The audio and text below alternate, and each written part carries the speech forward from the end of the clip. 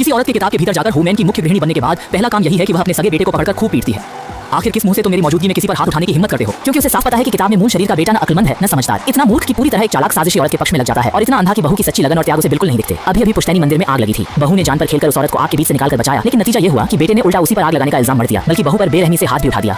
आधुनिक इंसान बनकर समय यात्रा से आए उसे घर में हिंसा करने वाला पुरुष शाहू का छोटा बदमाश जरा भी बर्दाश्त नहीं। तुम अब भी इतनी ढिठाई से बोल रहे हो। बीवी को मारना कोई बहादुरी नहीं। मैं तुम्हारी माँ हूँ, आज मैं तुम्हें मारूंगी।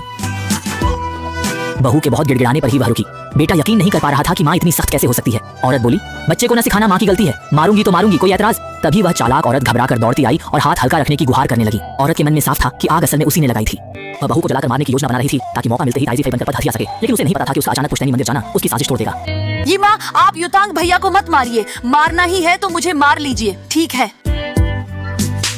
चालाक औरत को पिटते देख बेटे ने वही माँ को खड़ी आवाज में डांटा और बहू भी दिल से चौंक गई। जो गृहिणी आमतौर पर बेटे तक को डरा देती थी, उसका मिजाज अचानक कैसे बदल गया। औरत का रौब खुल गया और उसने साफ कहा, आज तो मैं इसे मारूंगी ही, क्या कर लोगे? मुश्किल है। नहीं, ऐसा नहीं हो सकता। क्या वो उल्टा मारने आएगी? तुम्हारा बेटा तो हिम्मत ही नहीं करता। आज जियांगशी ने क्या गलत दवा खा ली है? तुम लोग मुझ पर इतना गुस्सा क्यों हो यार? तुम क्यों? फिर महिला ने चालाक लड़की को डांटकर कहा कि अविवाहित होकर भी घर में आते ही जीजा को फंसाने लगी, कोई मर्यादा नहीं। मगर बेटा फिर भी बिना सोचे उसका ही पक्ष लेता रहा। यह देखकर महिला भड़क गई और उस मूर्ख बच्चे को सबक देने को फिर हाथ उठा लिया। वह मारने ही वाली थी कि उसकी निजी दाई घबराकर दौड़ी आई और बोली कि वो ये लौट आए हैं। किताब में मूल मालकिन को सजने संवरने का शौक था। उसे डर रहता था कि पति उसे नापसंद न कर दे। दाई उसका सिंगार ठीक करना चाहती थी, मगर महिला ने साफ मना कर दिया। उसे परवाह नहीं थी कि कोई आदमी उसे पसंद करे या नहीं। तभी होए अंदर आए, बिना बोले उस औरत के पास बैठ गए और चालाक औरत तुरंत आगे आकर उसने शिकायत की, महाराज, बहन का माल छोड़ने का इरादा नहीं था, बस शीमू की डांट से पल भर गुस्से में दीपदान पलट गया। मौसी को जलाकर मारने का इरादा नहीं था। वो तुम्हें मार डालने ही वाला था, फिर भी तुम उसका पक्ष ले रहे हो। वह बोलते ही तुम्हें चुप कर देता है, तुम्हें बोलने नहीं देता। क्या हुआ? उस औरत ने बहू से कहा कि हिम्मत करके सच बोले और वादा किया कि वह उसके लिए जरूर सहारा बनकर उसके पक्ष में खड़ी होगी और उसके लिए फैसला करेगी। मैं सपने में भी नहीं, मैं अपने ही पक्ष में कैसे रह सकता हूँ? कहती है कि माँ को आग इसी जहरीली औरत ने लगवाई थी। जिंगर तुम्हारी पत्नी है, उसे दो बात कह लेने दो। तुम मुकदमा सुनते वक्त अपराधी को भी बोलने देते हो, और तुम तो ऐसे हो, होंठ हिले और बस बंद कर देते हो। आपने तो उन्हें दोषी मान ही लिया। आप तो बड़े नौजवान हाकिम हैं। महिला मन में सोचती है, इस मालिक के बेटे में फिर इतनी मूर्खता और अंधापन कैसे है? बहू ने देखा कि गृह स्वामिनी उसका पक्ष ले रही है, तो उसने हिम्मत करके कहा कि उस दिन आग लगने पर उसी ने महिला को बचाकर बाहर निकाला था।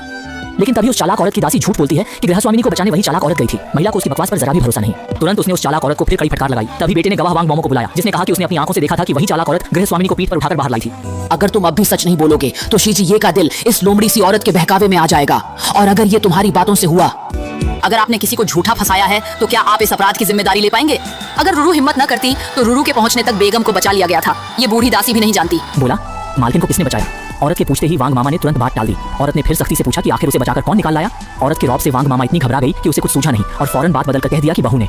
यह सुनकर बचाने वाली औरत ने संतुष्टि से सिर हिला दिया। पास खड़ा पति उसे पहली बार इतना दबंग और साहसी देख रहा था। उसकी नजरें उस पर टिक गईं और हट नहीं रही थीं। इस समय सच्चाई सबके सामने थी।